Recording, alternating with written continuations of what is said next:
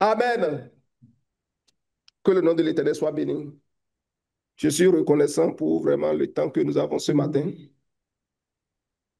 Il y a, au travers des temps que nous avons eu dans l'adoration, la louange, le Seigneur a commencé par s'adresser à nous.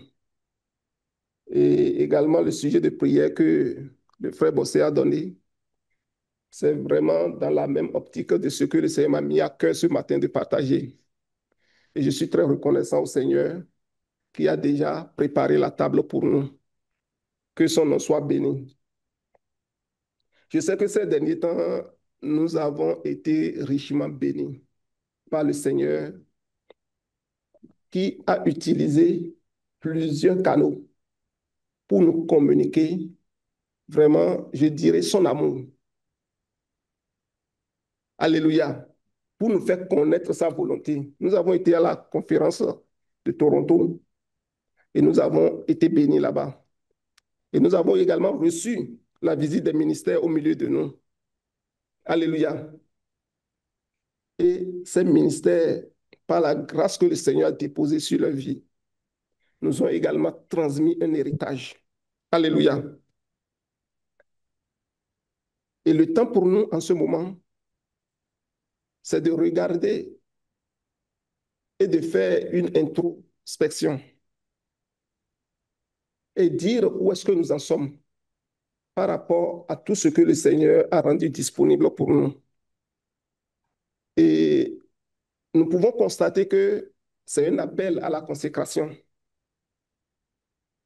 que le Seigneur nous invite à faire pendant ce temps que nous traversons, parce que c'est un temps décisif dans l'histoire de l'humanité. Et il nous a été enseigné que la période que nous vivons, ou bien le temps que nous sommes en train de traverser, fait partie de 4 événements qui vont se succéder. Alléluia. Alléluia. Et c'est des événements qui sont vraiment particuliers. C'est des événements très significatifs. Et chaque événement s'installe et laisse place à un autre événement. Alléluia. Mais 3 de ces événements se font de façon chronologique. Et le 4e événement vient pour couvrir, les 3 événements vient pour couvrir la période que les 3 autres événements vont prendre.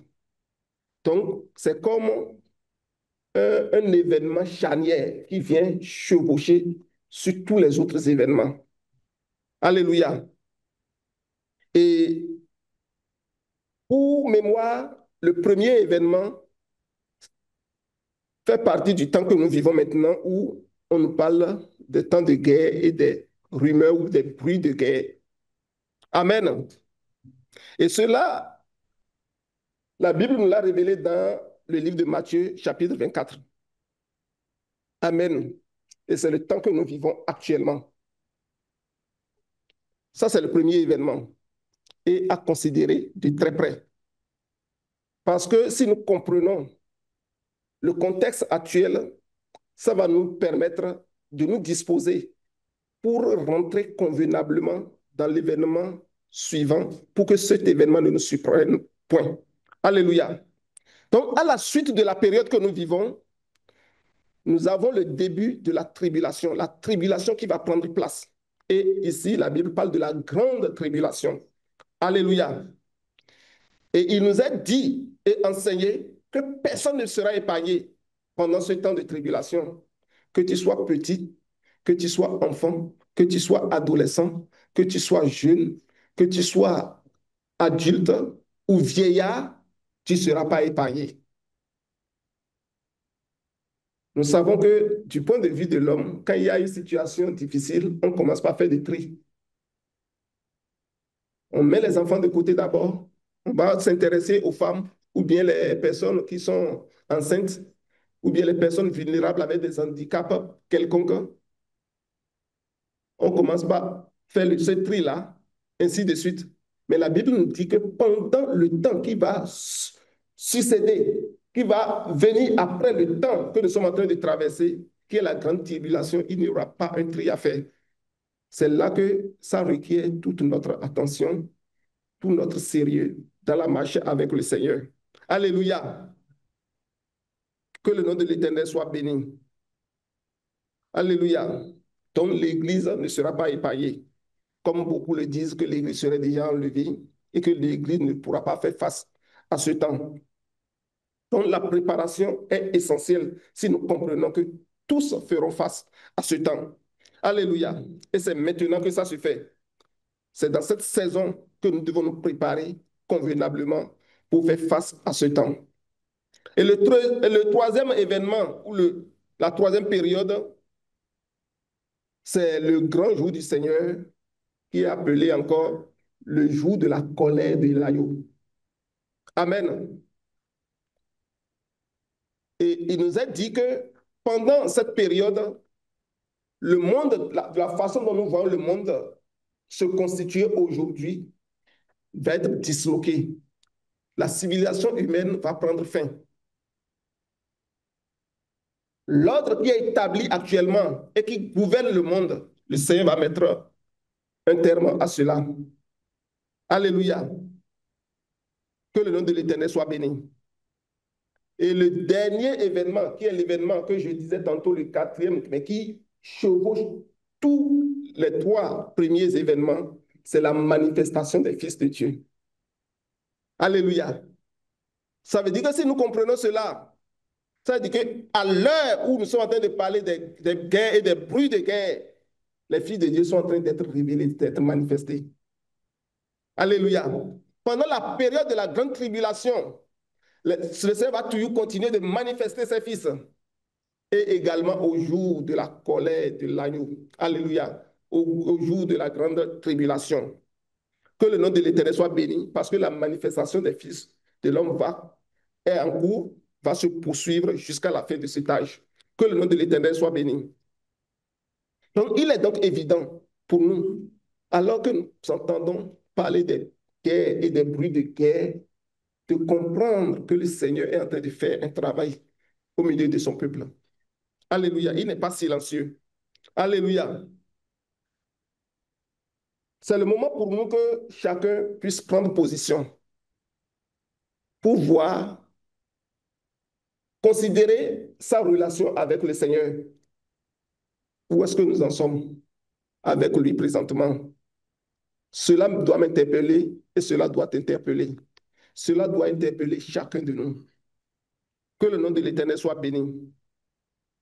Et notre fardeau en cette heure, c'est de comprendre comment nous préparer, non seulement pour affronter les défis actuels, le temps actuel, le temps difficile que nous traversons, mais mieux, comment se préparer adéquatement pour faire face aux autres événements qui vont se succéder, qui vont arriver, jusqu'à ce qu'à la fin, nous puissions trouver bons et fidèles serviteurs qui seront qualifiés d'entrer dans la joie de leur maître, parce que nous allons participer à la manifestation des fils de Dieu qui s'installe durant tous les autres événements. Que le nom de l'Éternel soit béni.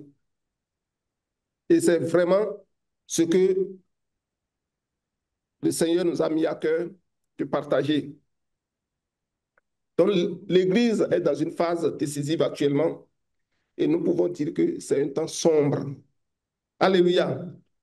Et ce temps, c'est qualifié du temps du soir. Et on peut même dire que c'est le temps de la nuit profonde ou bien le minuit. Et je voudrais, avant de continuer, que nous puissions tourner nos regards dans le livre de Matthieu, chapitre 25. Nous allons lire les 6 premiers versets.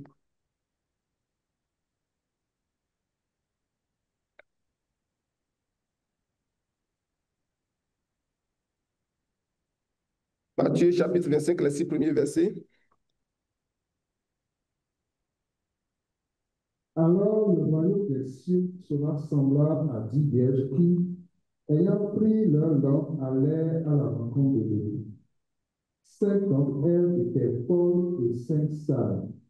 Les folles, en prenant leur lampe, ne prirent point d'huile avec elles, mais les sages prirent avec leur lampe de l'huile dans des vases. Comme l'époux tardait, toutes s'assoupirent et s'endormirent. Verset 6. Au milieu de la nuit, on cria, voici l'époux, allez à sa rencontre. Amen. Donc, le passage que nous venons de lire nous parle des vierges. Alléluia. Et on nous dit que c'est 10 vierges. Et ces vierges, lorsqu'elles se sont levées, elles ne se sont pas levées les mains vides. Elles se sont levées pour prendre la route avec une lampe. Amen. Avec vraiment une lampe. Et la Bible nous dit qu'il y a certaines qui ont pris des précautions parmi elles plutôt. Elles ont pris de l'huile en réserve. Et lorsque nous considérons les vierges dans le langage de la prophétie tel qu'il nous a été enseigné et nous comprenons, il s'agit de l'Église dans son entièreté qui représente ces vierges. C'est toi, c'est moi. Pourquoi c'est toi, pourquoi c'est moi, c'est la question que tu pourrais te poser. Parce que quand on dit qu'une fille est vierge, c'est une fille parmi toutes celles de son époque qui ne veut pas vivre n'importe comment, qui ne veut pas avoir d'acquaintance avec un garçon d'une façon vraiment bizarre. Même si les gens se moquent d'elle, elle préfère garder sa virginité parce qu'elle sait que c'est précieux pour elle. Elle ne se comporte pas comme les autres filles qui sont légères, mais elle constate que le fait de ne pas se laisser à un garçon n'importe comment, c'est précieux devant Dieu. Alléluia. Et cela vient l'honorer et honore son Créateur. Et si nous le plaçons dans le contexte spirituel, c'est cette Église qui s'est séparée donc des systèmes dénominationnels pour dire, moi, je veux chercher Dieu autrement. Alléluia. Je ne veux pas me mêler au bruit de la religion, mais je vais chercher mon Seigneur dans la vérité. Et le Seigneur dit, ceux qui le cherchent, le trouvent, s'ils le cherchent comment? De tout leur cœur. Pourquoi cette précision de tout leur cœur? Parce que beaucoup peuvent décider de chercher le Seigneur, mais il y a la façon. Et c'est ça qui a fait la différence au niveau de ces vieilles ici. Elles se sont toutes levées. Elles ont pris des lampes. Ça veut dire qu'elles se sont assurées d'être éclairées sur le chemin. C'est pour cela qu'on les a appelées des vierges. Donc, elles se sont séparées des autres. Elles ont pris le chemin pour aller à la rencontre de l'époux. Alléluia. Et c'est de ça qu'il s'agit. Et au début, on peut constater qu'elles ont toutes les ailes pour l'époux. Il y a de l'enthousiasme en elles. Et cet enthousiasme les amène à prendre la marche pour aller rencontrer l'époux. Que le nom de l'Éternel soit béni. Et chacune avait sa lampe. Ils ont pris leur lampe. Elles ont pris leur lampe avec soin. Elles n'ont pas négligé cela. Donc, elles ont compris que pour aller rencontrer l'époux, il faut une lampe. Alléluia. Que le nom de l'Éternel soit béni. Mais dans leur marche, aucune d'elles ne pouvait avoir l'idée de comment la marche va durer, de combien de temps ça va prendre et de combien de temps ça va leur également prendre pour que l'époux vers lequel elles s'en vont puisse venir à leur rencontre. C'est-à-dire le temps qu'il leur faudra pour entrer en intimité avec leur époux. Aucune d'elles n'avait cette idée. Alléluia. C'est pour cela que lorsque les disciples ont posé la question au Seigneur Jésus, dis-nous, c'est quand la fin du monde? Il a dit, personne ne le sait. Alléluia. Sauf le Père. Donc c'est une idée pour dire que toi et moi, là où nous sommes, on dit le Seigneur Jésus revient bientôt. Ou bien nous sommes détachés des systèmes dénominationnels pour dire que nous cherchons le Seigneur. Combien de temps ça va nous prendre pour que nous rentrons en intimité avec le Seigneur, pour que nous puissions le voir face à face tel qu'il est, pour que nous soyons de la même manière que lui. Combien de temps ça va te prendre? Combien de temps ça va me prendre? Est-ce que c'est aujourd'hui? Ou nous sommes en train de parler véritablement quand on prend aujourd'hui, vraiment, ou bien c'est demain, ou bien ça combien de temps? On ne le sait pas. Et les vieilles étaient confrontées vraiment à ce défi aussi de temps. Et c'est important que nous puissions vraiment comprendre qu'il y a un défi de temps qui est là pour nous chacun. Et c'est par rapport à ça que le Seigneur nous appelle à la vigilance. Que le Seigneur te bénisse et qu'il me bénisse. Donc, le Seigneur Jésus ici compare le royaume des cieux à cette vierge, comme je le disais, qui représente l'Église dans sa globalité, dans son ensemble, tel que nous pouvons le voir aujourd'hui. Mais lorsque nous lisons le verset 5, il y a un basculement qui s'est fait à ce niveau. Mon frère, tu peux nous lire le verset 5, s'il te plaît. Comme sa fille est endormie. Je le disais tantôt, on dit, comme nous ne savons pas le temps où nous allons rentrer en intimité avec notre époux, on dit si l'époux tardait. Ça veut dire que c'est une action qui est continue dans le temps. Tardait, c'est l'imparfait. Donc, en français, c'est continu, mais dans le temps, mais c'est au passé. Donc, l'attente était là. C'est quand l'époux va apparaître pour qu'on puisse aller à sa rencontre, qu'on puisse le rencontrer véritablement. L'époux tardait. On dit que pendant ce temps, quelque chose s'est passé au niveau de ces vierges qui ont pris leur lampe. Elles se sont toutes assoupies et se sont toutes endormies, sans exception. Que ce soit celles qui ont pris de l'huile en réserve ou celles qui n'avaient pas pris de l'huile en réserve, toutes se sont assoupies et se sont endormies. Alléluia. Le lien qu'on peut faire ici, c'est que l'attente a eu un effet sur ces vierges. L'attente a affaibli leur désir et les zèle à un moment donné. Et où elle qui était éveillée pour dire, je prends ma lampe pour que je continue de voir dans la nuit, dans ce temps sombre où personne ne voit, à un moment donné, elles se sont assoupies. Alléluia. C'est la même chose pour toi et pour moi aujourd'hui. Nous sommes confrontés à cela. Le risque d'assoupissement est grand pour toi, est grand pour moi. Ça ne connaît pas celui qui est fort spirituellement, ça ne connaît pas celui qui est faible spirituellement. La Bible dit que celui qui est debout veille encore à se maintenir debout. Pourquoi celui qui est déjà debout doit faire attention? Parce que le risque d'assoupissement est là pour tout le monde. Donc, il n'est pas de question de regarder son frère de haut ou bien de regarder sa soeur de haut pour dire, moi, je suis arrivé. Tant que l'époux n'est pas encore là, que le nom de l'Éternel soit béni. Donc, nous ne connaissons pas cela. Alléluia. Pourtant, notre désir aujourd'hui, c'est grand. Pourquoi nous nous sommes séparés? C'est de nous unir avec le Seigneur. Alléluia. C'est d'être comme il est. Être comme Jésus. Être comme lui. Tout ce que je demande, c'est d'être comme lui. Non pas dans une mesure, mais dans sa plénitude. Tout ce que je demande, c'est d'être comme lui. Encore, être comme lui. Tout ce que je demande, c'est d'être comme lui. Non pas dans une mesure, mais dans sa plénitude. Tout ce que je demande, c'est d'être comme lui.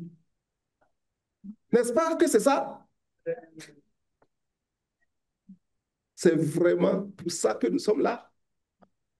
Mais quand ça va se produire, nous ne le savons. Alléluia. Donc l'Écriture nous montre ici que le zèle de cette vierge a commencé par diminuer peu à peu. Peu à peu. On a dit, elles se sont assoupies d'abord. Donc il y a une diminution de leur éveil. Et on a dit ensuite, elles se sont endormies. Donc le zèle a commencé par diminuer peu à peu jusqu'à ce que ça s'est éteint totalement. Est-ce que ça te dit quelque chose? Ça me dit quelque chose. C'est pour ça que ça nous prend la vigilance. Alléluia. Alléluia. Donc, ce déclin progressif a fini par avoir raison de ces vierges. Mais que s'est-il passé réellement? Est-ce que c'est parce qu'elles étaient fatiguées? Alléluia. Est-ce qu'il y a une négligence quelque part? Ou bien c'est les soucis de la vie qui les a menées dans ce sommeil? Ou bien c'est les distractions? Ou bien à un moment donné, elles sont incertaines face au but même de leur voyage, face à l'objectif de leur voyage. On dit l'époux tardait. Est-ce qu'elles ont commencé par se poser la question? Est-ce que c'est vrai cette affaire? C'est vrai que j'ai pris de lampe pour elles toutes. Et les cinq qui ont pris de l'huile, c'est vrai que nous avons également pris de l'huile en réserve. Mais cette affaire-là, ça a commencé par être trop long. Je sais que c'est mon fils Nathan qui me dit ça. Ta politique est lente. C'est un peu comme ça. C'est trop long, papa. Donc, c'est peut-être ça. Mais quoi qu'il arrive, même si l'attente est longue, l'époux finira par apparaître. C'est ça la bonne nouvelle. Alléluia. Alléluia. Quelle que soit la raison, nous devons garder notre vigilance. Alléluia. L'église ne doit pas s'assoupir. Alléluia. Nous devons continuer dans notre préparation pour rencontrer notre époux. Alléluia. Et ne jamais nous laisser glisser dans le sommeil au nom de Jésus-Christ de Nazareth. Quand nous regardons le mot original, ou bien le texte original, ou bien dans le Strong, ce mot sommeil, cela parle d'un relâchement qui vient s'installer. Cela parle d'un abandon à la paresse. Ça veut dire que des choses que nous pouvons faire en temps et lieu, nous ne les faisons pas. Cela parle également du péché. C'est une vie que le Seigneur déteste, mais que tu entretiens. Tu ne veux pas abandonner alors que la parole s'adresse à toi et vient te révéler cet état. Ce mot fait également référence à l'indifférence. Cette indifférence qui est croissante. Mais il y a l'indifférence, tu vas me dire par rapport à quoi? C'est par rapport à ton salut même. C'est pour cela qu'il disait tout à l'heure que peut-être l'objectif pour lequel les vieilles se sont levées et pris leur lampe, elles ont perdu cet objectif à un moment donné. Donc il y a de l'indifférence à un moment donné qui peut s'installer, qui guette tout le monde par rapport à l'objet réel de notre salut. Que le Seigneur nous aide. Alléluia. C'est là malheureusement le reflet de la condition de l'Église actuellement. Ce que nous observons actuellement. Que le Seigneur permette qu'il n'y ait aucune indifférence par rapport à notre salut. Qu'aucune vie de péché ne soit tapie dans l'ombre et demeurer dans son Église. Au nom de Jésus-Christ, que le Seigneur vienne relever s'il y a de relâchement, comme la prière tout à l'heure, le frère Bossé l'amenait. Et que personne ne cède à la paresse au milieu du peuple de Dieu, mais que nous puissions travailler à notre salut chaque jour que Dieu nous donne. Au nom de Jésus-Christ de Nazareth. Amen. Alléluia. Mais quoi qu'il arrive, le Seigneur, il est un économe fidèle. Il a toujours de retour sur son investissement. Alléluia. Quand nous regardons Ésaïe 53, le verset 10, il est dit là-bas que l'Éternel fera une postérité, c'est-à-dire une semence. Alléluia. L'Éternel verra sa semence. C'est pour ça que tout à l'heure nous avons chanté. He will have his full reward. Parce que l'œuvre de ses mains doit prospérer. Au nom de Jésus. Alléluia. Il verra le fruit de son labeur, du travail qu'il fait, de l'investissement qu'il fait. Le Seigneur va récolter cela. Et quand il va le récolter, il sera pleinement satisfait.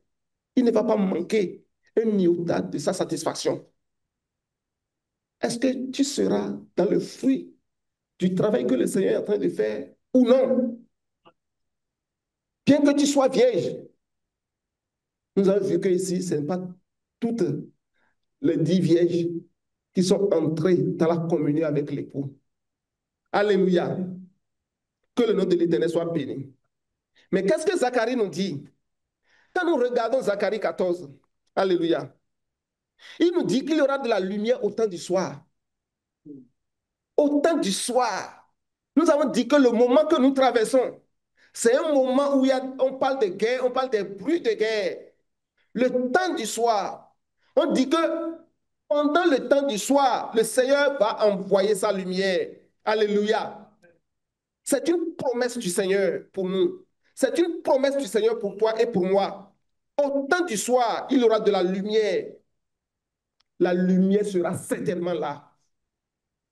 Au nom de Jésus. Regardons, considérons les versets 7 et 6 et 7, s'il vous plaît. Alléluia.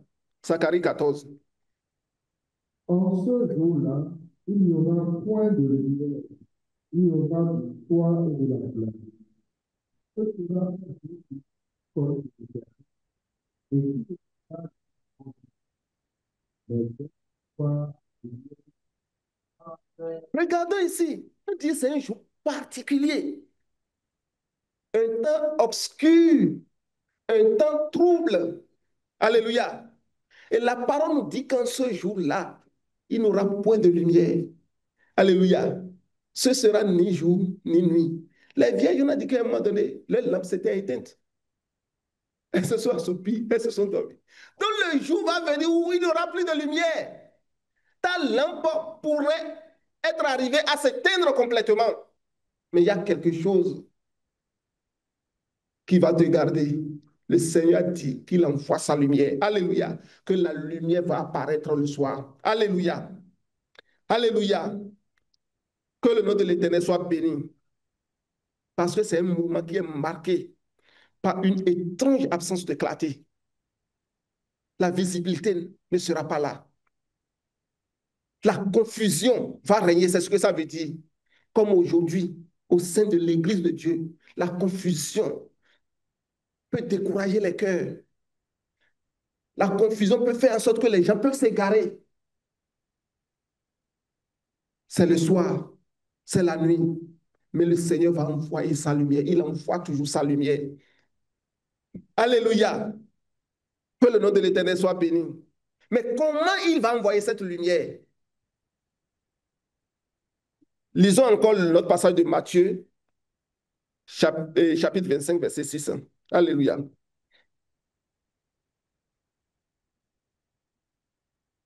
Matthieu 25, verset. Au milieu de la nuit, on cria. Voici les jours, allez à sa rencontre. Vous voyez, au milieu de la nuit, le Seigneur a promis envoyer la lumière, où la lumière va apparaître. Il dit ici, on cria. Voici l'époux, allez à sa rencontre. Alléluia. Ici, on comprend que c'est un cri qui retentit. Alléluia. Et ce cri retentit à quel moment de la journée? Au moment où les ténèbres sont là.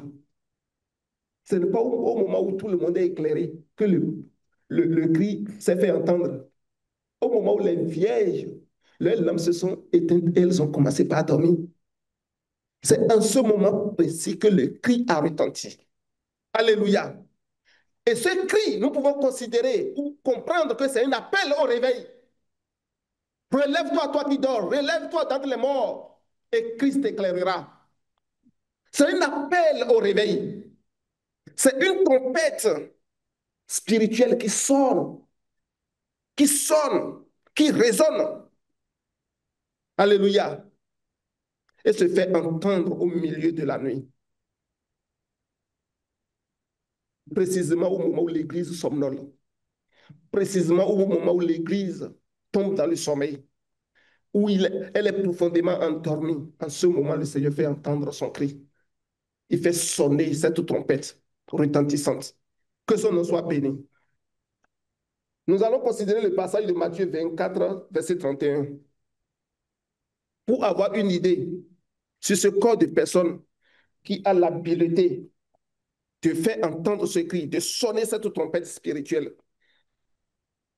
Il Alléluia. enverra ses anges avec la trompette de son puissance et ils rassembleront ses élus des quatre vents depuis une extrémité des cieux jusqu'à l'autre.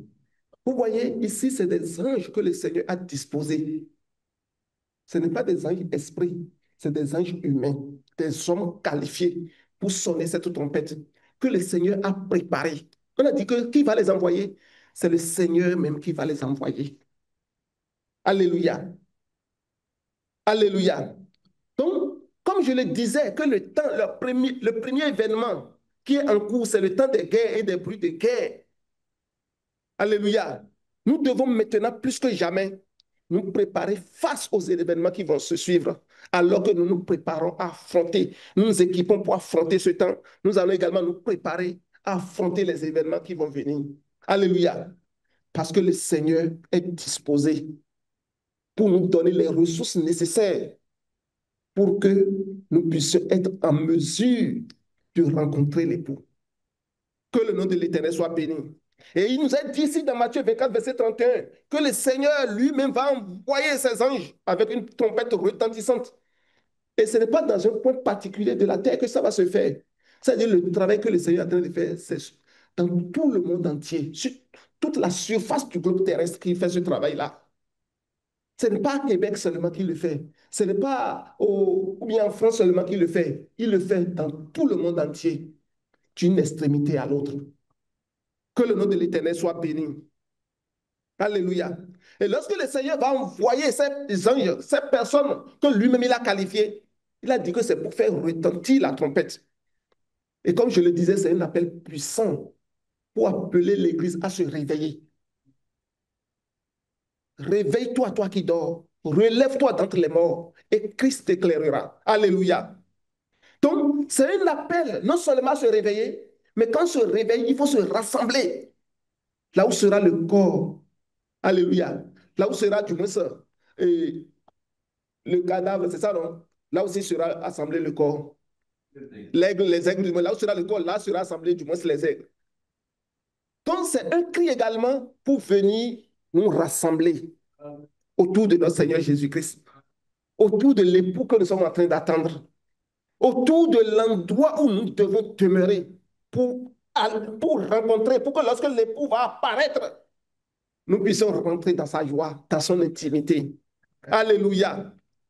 Donc, c'est vraiment un appel pour nous, pour équiper le peuple de Dieu, pour le disposer à ce que l'objectif pour lequel il s'est séparé d'avec le monde, comme les vierges, cet objectif soit rencontré au nom de Jésus. Alléluia. Que le nom de l'Éternel soit béni. Mais ce rassemblement, le Seigneur le fait au sein même de son Église. Alléluia. C'est au sein même de l'Église que le rassemblement se fait. Ce n'est pas ailleurs.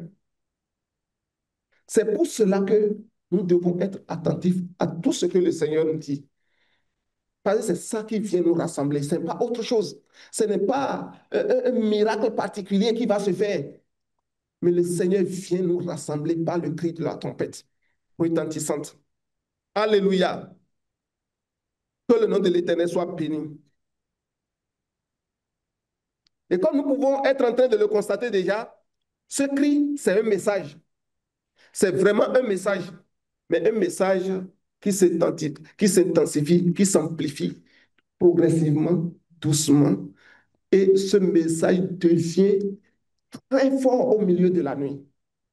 Dans les ténèbres profondes, ce message devient très fort. Dans les temps les plus sombres, ce message devient très fort. Dans les temps les plus confus, ce message devient très fort. Dans les temps où il y a le calme total, le silence, où on n'arrive plus à entendre vraiment la voix, à distinguer la voix du Seigneur avec la voix du mercenaire, où les brebis peuvent être appelées à être égarées, c'est là que le message s'intensifie. Parce que le Seigneur dit que ces brebis reconnaissent sa voix. Nous devons reconnaître la voix de notre Seigneur et être prêts à nous rassembler au nom de Jésus-Christ autour de lui. Nous allons prendre un autre verset dans Zacharie, toujours chapitre 14, le verset 7. Alléluia. Que nous avons déjà considéré tout à l'heure. Ce sera un jour unique connu de l'Éternel, qui ne sera ni jour ni nuit, mais vers le soir, la lumière paraîtra. Alléluia. Donc, vers le soir, un cri au milieu de la nuit. Alléluia. L'alarme spirituelle va sonner.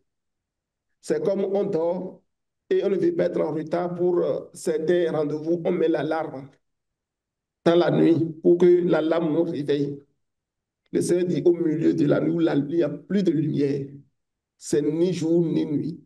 C'est en ce moment que le cri va sonner. Alléluia. Donc, et quand l'alarme sonne pour nous, qu'est-ce que cela nous annonce?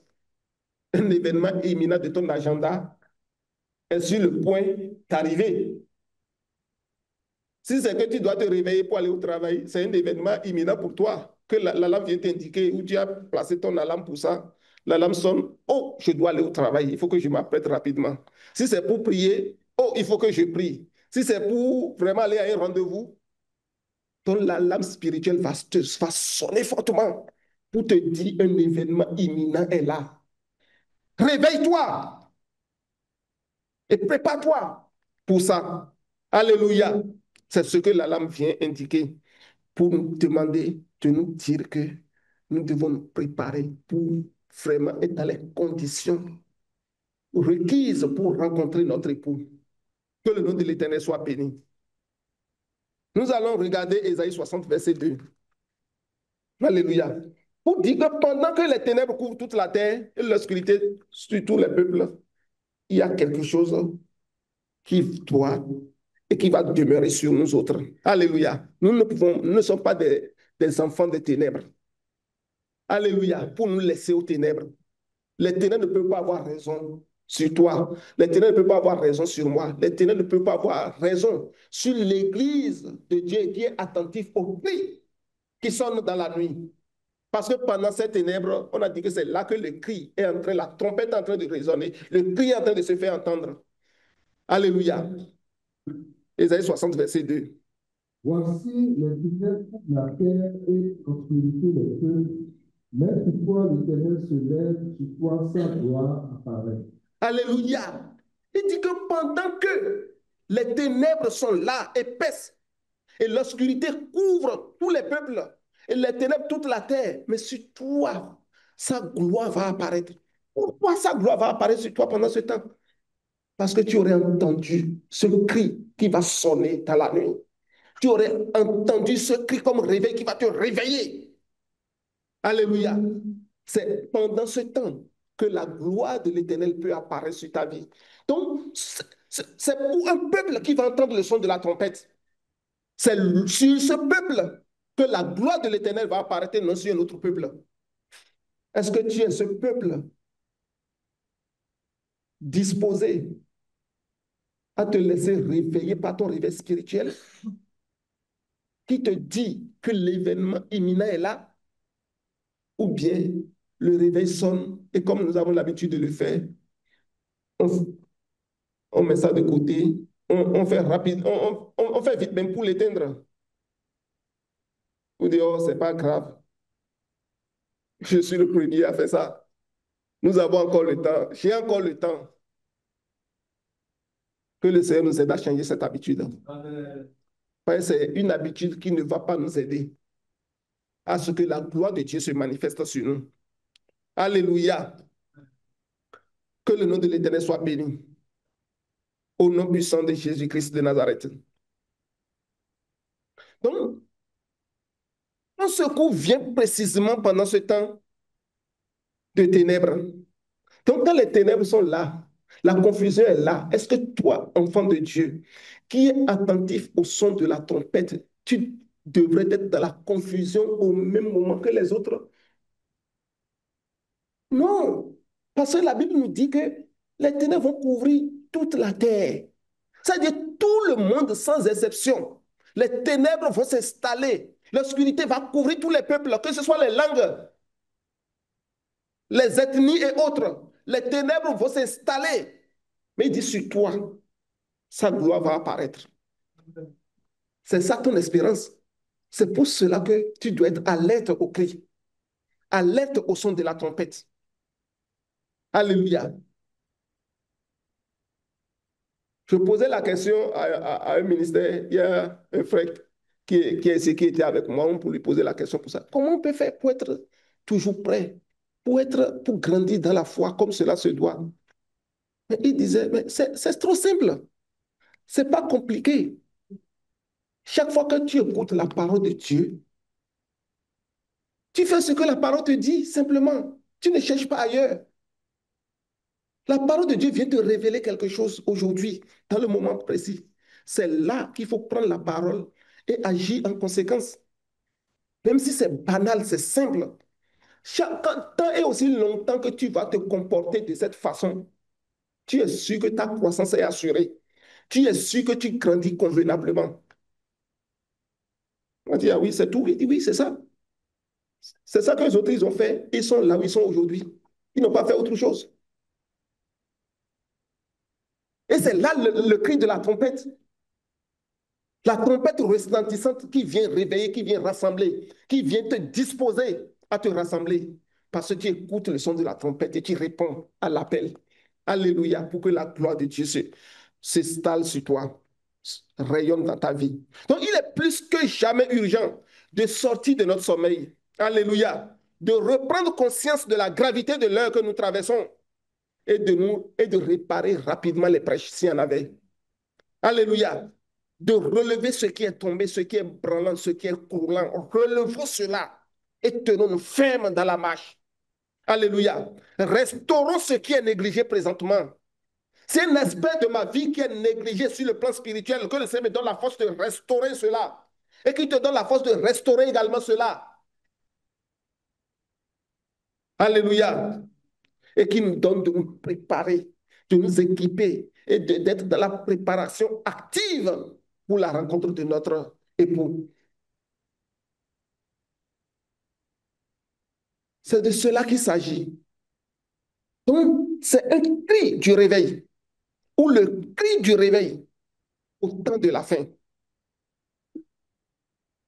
C'est là le thème du jour, le cri du réveil au temps de la fin. Que le Seigneur nous donne d'être attentifs à cela. Mais pourquoi nous devons nous prendre au sérieux? Lisons Matthieu 13. Alléluia. Il nous donne des informations là-dessus. On doit être attentif. On dit pendant la nuit, le cri se fait entendre. Et il faut être attentif pour entendre le cri. Matthieu 13 vient nous donner des informations sur le fait que nous devons être attentifs. Pourquoi nous devons être attentifs? Matthieu 13, verset 25. Mais pendant que les gens dormaient, son ennemi vint, sema de l'ivraie parmi les blés et s'en alla. Alléluia. Vous voyez, on nous dit ici que le royaume de Dieu est semblable à un homme qui a semé. De quoi? De bons grains dans son champ. Alléluia. La bonne semence dans son champ. Et Dieu, pendant que les gens dormaient. Quand est-ce que les gens dorment? C'est la nuit. Là où l'obscurité est là, sur la terre. Là où les ténèbres sont là, se sont installées. C'est là que les gens dorment.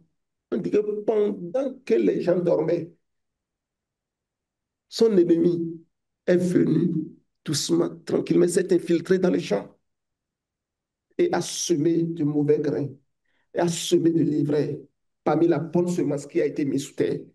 Alléluia. Et on a dit, quand il a fait ça là, il s'est dissimulé encore discrètement et il est parti. Personne n'a vu son activité, mais il y a quelque chose qui s'est passé pendant ce temps de ténèbres.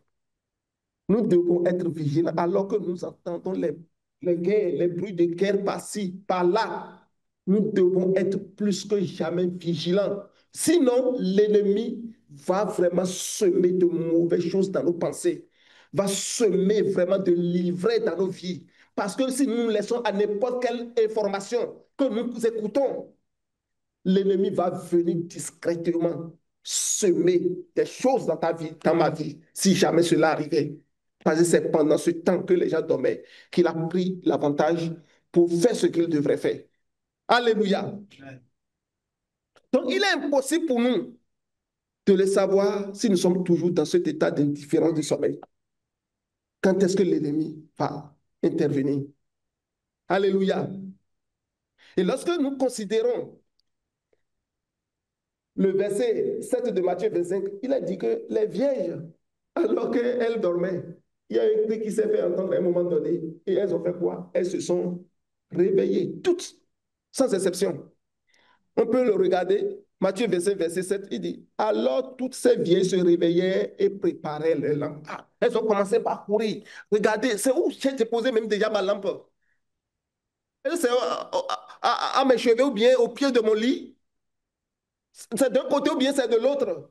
Rapidement, elles se sont mises, elles se sont levées, précipitées et ont commencé par préparer leur lampe. Alléluia. Il y a un travail qui commence une fois qu'on se réveille de son sommeil. C'est ce que cette attitude nous montre. Mais est-ce que ce sera trop tard pour toi dans ce travail ou bien tu as pris de l'avantage sur les temps passés pour bien te préparer? Parce qu'ici, c'est ça qui a fait la différence. Alléluia. Donc, ce n'est pas une fin en soi de se réveiller, mais c'est le début d'une œuvre. C'est le début d'un travail. Mais pour que ce travail soit efficace pendant que tu vas te réveiller, ça dépend de la façon dont tu aurais déjà pris soin de faire les choses en amont. Que le Seigneur vraiment nous donne de ne négliger aucun moment qu'il nous donne, mais de prendre avantage de chaque temps, de chaque moment qui nous passe à grâce nous avons au nom de Jésus-Christ de Nazareth. Donc, par la grâce de Dieu, nous prendrons le temps d'approfondir cet aspect la prochaine fois. Alléluia. Afin de comprendre ce que le Seigneur attend de chacun de nous une fois que nous allons nous réveiller. Une fois que les ténèbres sont là et le cri vient comme le son de grosses eaux, le bruit d'une trompette pour nous réveiller. Qu'est-ce qu'il nous revient de faire? Alléluia.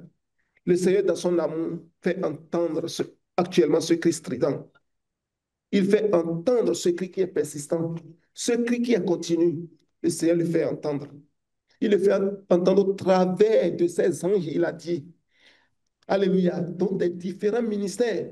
Ça peut être des frères au milieu de nous ici à Québec, comme d'autres frères qui viennent nous visiter, d'autres ministères qui viennent nous visiter. Ne négligeons aucun message. Ne négligeons aucun message. Ne disons pas à cause de notre proximité avec quelqu'un que le Seigneur aurait utilisé pour nous parler. Ne regardons pas notre proximité pour négliger l'appel du Seigneur à nous réveiller et à nous préparer. Mais considérons vraiment chaque cri que le Seigneur fait entendre et qui résonne dans nos cœurs et qui résonne fortement dans nos cœurs pour nous chercher, pour nous appeler à une action active. Que le nom de l'Éternel soit béni. Alléluia. Parce que le Seigneur sait que tu es fait de la poussière de la terre. La Bible dit que le Seigneur a participé, Jésus a participé à la chair et au sang. Et il sait nous comprendre. Alléluia. Il sait que tu es humain, qu'il peut arriver des moments de ta vie où tu vas être affaibli. Alléluia.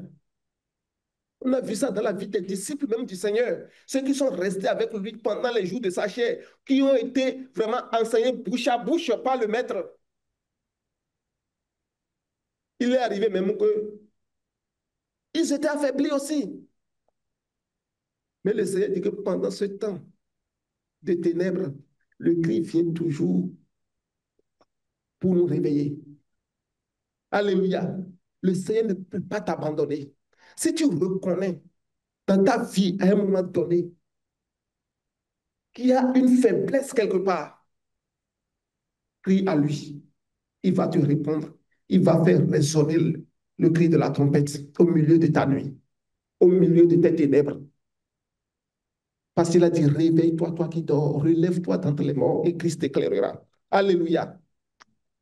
Et pourquoi le Seigneur fait cela? Parce qu'il veut te faire entrer dans son repos. Il veut vraiment te faire entrer dans son repos. C'est pour cela qu'il considère cela.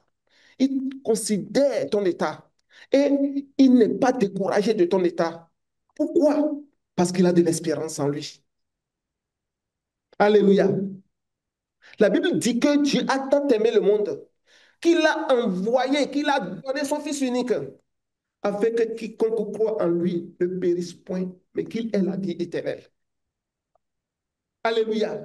Si tu crois aujourd'hui que ce n'est pas par ta force, mais c'est par la grâce du Seigneur que tu peux te relever et tu viens à lui, il va te secourir. Venez à moi, vous tous qui êtes fatigués, chargés, et je vous donnerai du repos. C'est ce que le Seigneur a dit. Donc, il considère ta condition. Il considère ton état. Et il a de l'intérêt dans ta vie. Il a de l'intérêt parce que il s'est tellement engagé pour toi. Le Seigneur s'est tellement engagé pour toi. Et son investissement ne peut pas être une perte.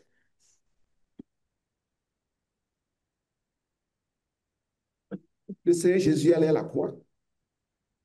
C'est la chose la plus difficile que le Seigneur pouvait faire, on nous a dit. C'est ce qui est plus difficile. Donc le Seigneur a fait l'impossible pour toi. Tout ce qui était à son pouvoir, qu'il pouvait faire pour toi, regarde à la croix. Nous avons vu, lors de la crucifixion de Jésus, les deux brigands à la croix. Celui qui a considéré l'œuvre de la croix a été sauvé. Mais l'autre qui a méprisé l'œuvre de la croix, il n'a pas été sauvé. Est-ce que ce matin, tu peux considérer l'œuvre de la croix comme ce brigand qui a dit, souviens-toi de moi, Seigneur, dans ton amour. Souviens-toi de moi. Regarde mon état, je reconnais ce que je suis un brigand. Moi, je ne mérite pas le même sort même que toi. Souviens-toi de moi et fais-moi entrer dans ton repos. Le Seigneur dit aujourd'hui même, c'est le jour du salut. Il dit, si tu entends la voix, n'endurcis pas ton cœur, parce qu'aujourd'hui est le jour du salut. Si celui-là, la miséricorde de Dieu peut le toucher, qu'en est-il de toi? Qu'en est-il de moi? Qu'en est-il de son Église? C'est ça le message du jour. Le cri qui se fait entendre. Alléluia. Pendant ces temps de la fin. Et je voudrais que nous puissions lire Ésaïe 28, verset 12. Alléluia. Ésaïe 28, verset 12.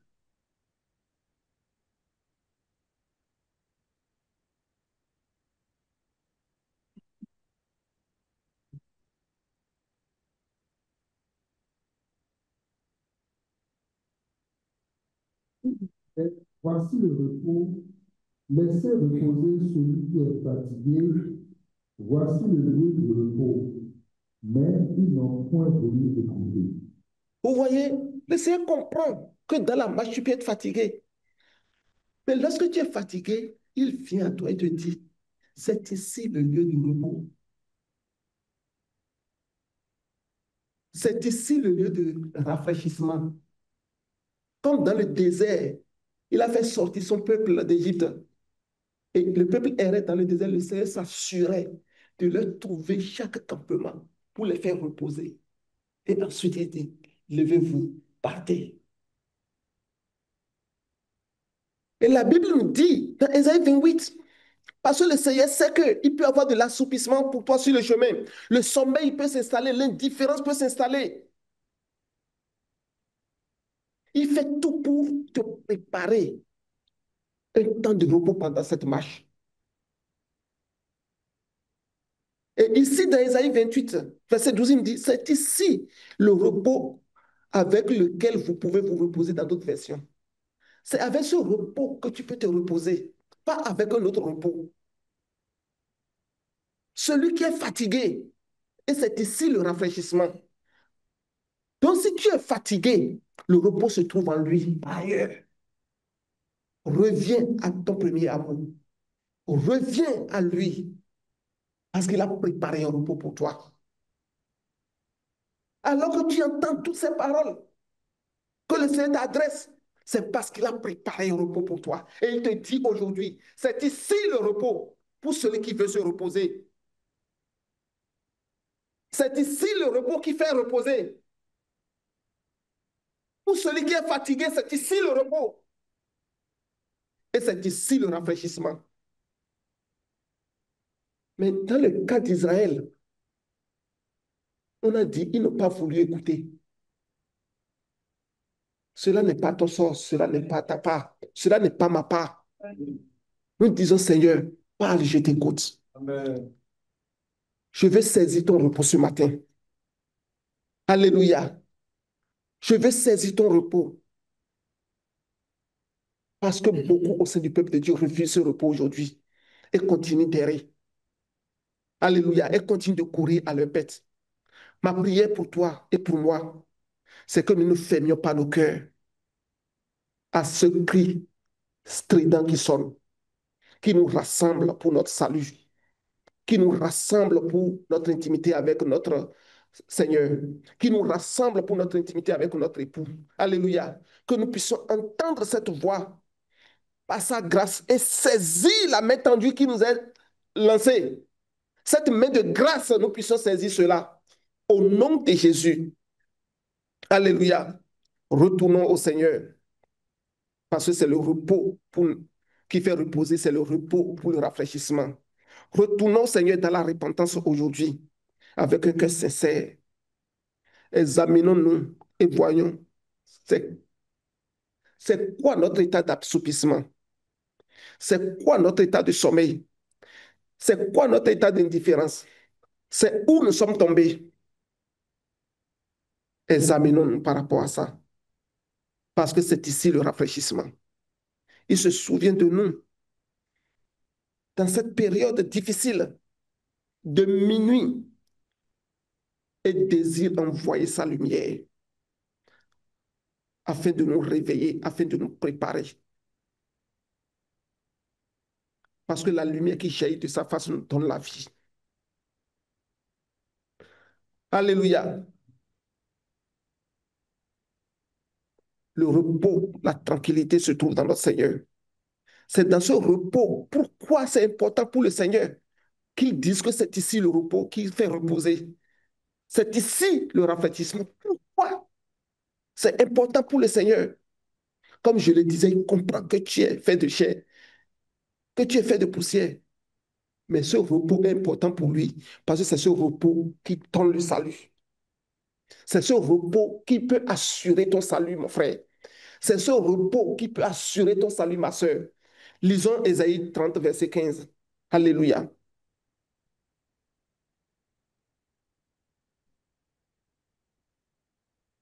Ésaïe 30, verset 15. Car ainsi a parlé le Seigneur, l'Éternel, le Saint d'Israël. C'est dans la tranquillité et le repos que sera votre salut. C'est dans le calme et la confiance que sera votre force. Vous voyez, c'est ce que le Seigneur a déclaré. Le Saint d'Israël, c'est ce qu'il a déclaré. Il a dit, c'est dans la tranquillité et le repos que sera votre salut. Ça veut dire quoi? Donc, si dans cette marche, sur ce chemin, de rencontrer ton époux, le Seigneur ne s'assure pas pour te préparer un temps de repos. Pour toi, tu ne peux pas être sauvé. Tu ne peux pas. Est-ce que vous me comprenez? Il dit que c'est vraiment dans la tranquillité, le repos que se trouve le salut, que ton salut va émerger. C'est pour cela que le repos est important pour lui. Parce qu'il comprend que sans ce repos, tu ne peux pas y arriver. Que le Seigneur nous donne d'apprécier les temps de repos qu'il nous donne. Ben, c'est ça qui va venir faire la différence aussi dans notre marche. Pour que nous ne soyons pas emportés par tout vent de doctrine. Au moment où le Seigneur te fait reposer, repose-toi. Apprécie la grâce de Dieu pendant ce temps. Parce qu'il a quelque chose d'important, de plus grand pour toi, pour la marche, le salut. L'objectif, il veut que l'objectif soit atteint. Le Seigneur ne veut pas que tu cours, tu cours, tu cours, et tu sois épuisé, estinqué.